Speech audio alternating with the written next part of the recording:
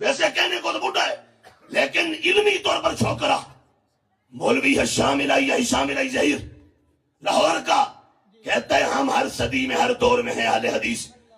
میں نے کہا بوتھا دیکھو اپنا، میں نے کہا بوتھا دیکھو اپنا، میں نے کہا بوتھا دیکھو اپنا۔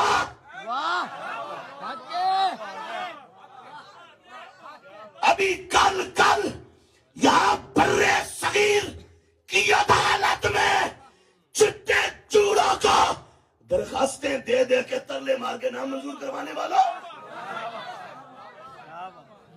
ہر دور میں تم ہو۔ رب کعبہ کی قسم، اگر قرآن کے سینے میں اور سنت کے سینے میں اور صحابہ اہل بیت سے لے کے آج تک اگر کوئی ہے تو فرمایا اسے سنی کہا جاتا ہے۔ السلام علیکم ورحمۃ اللہ وبرکاتہ۔ یہ ویڈیو آپ نے دیکھی ہے، حضرت صاحب بڑا چیخ رہے ہیں اور بڑا زور لگا رہے ہیں مائک کے اندر، اور علامہ ہشام الہی ظہیر صاحب حافظہ اللہ تعالیٰ میں سے اکثر ان سے واقف ہوں گے، کس قدر وہ سنجیدہ پرسنالٹی ہیں، کس قدر وہ با اخلاق اور سنجیدگی سے بات کرنے والی شخصیت ہیں۔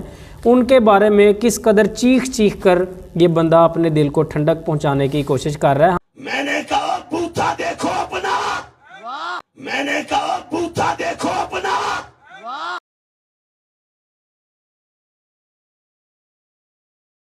ہم سمجھتے ہیں، ہم ان کا درد سمجھتے ہیں، ان کی تکلیف کو ہم سمجھتے ہیں کہ ان کے پاس کوئی چارہ نہیں ہے چیخنے کے سوا، زور لگانے کے سوا۔ بڑے بڑے ان کے مولوی آپ نے دیکھے ہیں گالم گلوں، یعنی یہ تاریخ ہے ان کی، یہ ان کی تاریخ ہے کہ بالآخر لان تان پر اتر آنا، گالی گلوچ پر اتر آنا، تان و تشنیع پر اتر آنا، گستاخی کے فتوے لگانے پر اتر آنا، یہ ان کی تاریخ ہے۔ اس کے سوا ان کے پاس کچھ نہیں ہے۔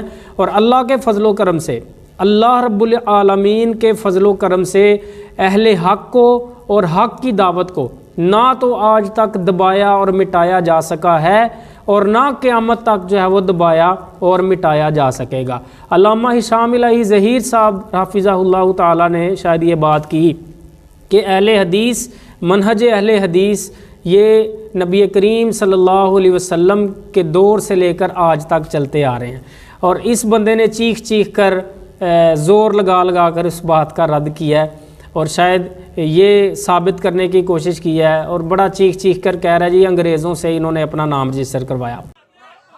ابھی کل یہاں برے صغیر کی عدالت میں چٹے چوڑوں کو درخواستیں دے دے کے ترلے مار کے نام منظور کروانے والا ہر دور میں تم ہو۔ اہل حدیث انہوں نے انگریزوں کے منترلے مار کر اپنا نام رجسٹر کروایا۔ آپ کا نام جو بریلوی، حنفی، دیوبندی یا یہ جتنے بھی نام ہیں، یہ اللہ اور اس کے رسول نے رجسٹر کیے ہوئے ہیں۔ یہ کس نے رجسٹر کیے ہیں؟ یہ بھی بعد کی پیداوار ہیں۔ منہج کی بات ہو رہی ہے، طور طریقے کی بات ہو رہی ہے، اور اس بات میں کوئی شک نہیں، اللہ کے فضل و کرم سے صرف اور صرف اس روئے زمین پر منہج اہل حدیث ہے جو منہج حق ہے، جو اللہ اور اس کے رسول صلی اللہ علیہ وآلہ وسلم کی خالص تعلیمات کو فالو کرنے والے ہیں۔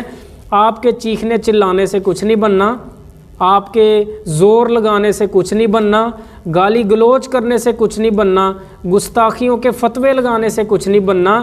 آپ جتنا مرضی زور لگائیں، چیخیں چلائیں، لیکن اللہ کے فضل و کرم سے دعوت حق اور اہل حق ہمیشہ غالب رہیں گے، ہمیشہ اللہ رب العالمین کے فضل و کرم سے فتح یاب رہیں گے۔